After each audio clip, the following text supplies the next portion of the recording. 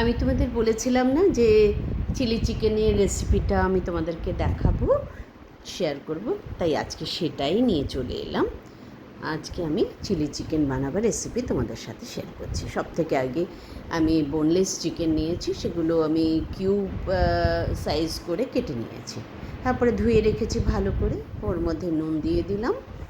এরপরে আমি একটু একটু জাস্ট অল্প একটু হলুদ দিলাম স্বাদের জন্য, আর লঙ্কা পাউডারটা একটু বেশি দিয়েছি, ম্যারিনেট করব তাই। তারপরে দিয়ে দিলাম আদা রসুনের পেস্ট, একটু লেবুর রসও দিয়েছি, আদা রসুনের পেস্টও দিয়ে দিলাম। তারপরে আমি এটার মধ্যে আরেকটু আমি এটা জল দিয়ে ধুয়ে আরেকটু দিয়ে দিলাম, দিয়ে ডিমের যে সাদা পোর্শনটা সেটা আমি দিয়ে দিলাম, একটা ডিমের সাদা পোর্শন দিয়েছি। তারপরে ভালো করে এটাকে মেখে আমি রেখে দিলাম কিছুক্ষণ, 15 মিনিট। তারপরে ভাজবার কিছুক্ষণ আগে আমি কর্নফ্লাওয়ার দিয়ে আবার ভালো করে ওটাকে মিক্স করে জাস্ট 5 মিনিটের জন্য ছেড়ে দিলাম। তাহলে ওটা যখন আমি ভাজবো তো বেশ ক্রিস্পি হয়ে যাবে, খুব বেশি না, মানে হাতটায় যেন লেগে না যায় সেই রকম। তো যাই, আরেকটু দিয়ে দিলাম, কম লাগছিল। কড়াই বসিয়ে দিয়েছি, তেল গরম হয়েছে, হালকা তেল, বেশি না। তার মধ্যে আমি একটা একটা করে এই চিকেনের পিসগুলোকে ছেড়ে দিলাম, সবগুলো ছেড়ে দিয়েছি। এবার এটা একটু শ্যালো ফ্রাই হবে আস্তে আস্তে ধিমে আছে।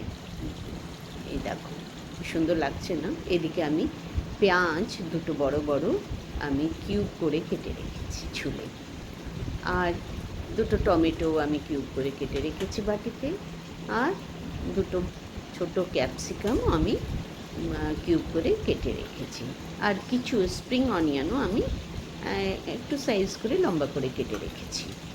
আর নিয়ে নিয়েছি এদিকে ভিনিগার, কেন কি এটাতে ভিনিগার যাবে, সয়া সস, আর তারপরে চিলি সসও যাবে।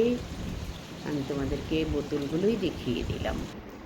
আর এদিকে ভাজা এই চিকেনটা রয়েছে, আর বাটিতে নিয়ে নিয়েছি একটু কর্নফ্লাওয়ার, সেটাকে আমি জলে গুলে রেখে নিলাম। এবার কড়াই বসিয়ে অল্প আমি তেল দিয়েছি, তার মধ্যে পেঁয়াজ আর ক্যাপসিকামটা আগে ছেড়ে দিলাম, দিয়ে এবার আমি একটু নাড়াচাড়া করে দিলাম, একটু স্বাদ নিয়ে তারপরে আমি তাতে নুন দিয়ে দিলাম।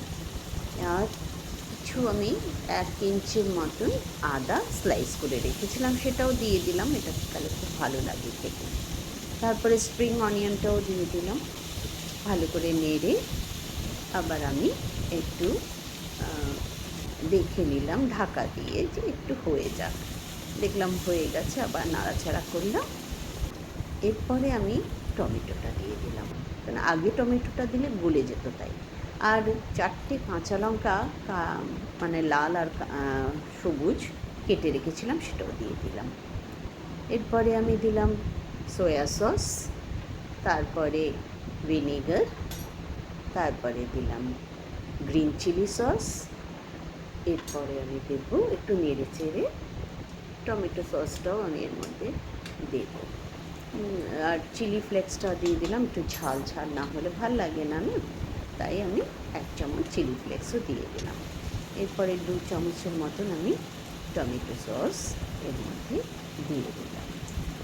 তারপরে ভালো করে নাড়িয়ে সেই ভাজা চিকেনগুলোকে এবারে আমি এটাতে ঢেলে দেব, সম্পূর্ণ চিকেনটাই ঢেলে দিলাম।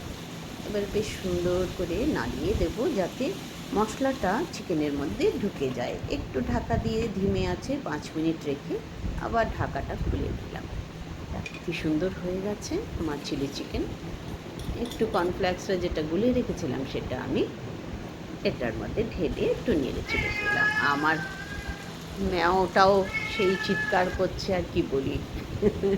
আমার হয়ে গেছে চিলি চিকেনটা, এবার আমি ঢেলে নিলাম আর বাটিতে। দেখো কি অ্যাট্রাকটিভ লাগছে, তাই না? এত টেস্টি হয়েছিল যে কি বলবো তোমাকে, বারবার বারবার খেতে ইচ্ছে করে। ব্যাস এবারে খাবার পালা। আর তোমাদের কেমন লাগলো আমাকে জানিও, আর আমার চ্যানেলটাকে লাইক, শেয়ার অ্যান্ড সাবস্ক্রাইব করো। টাটা।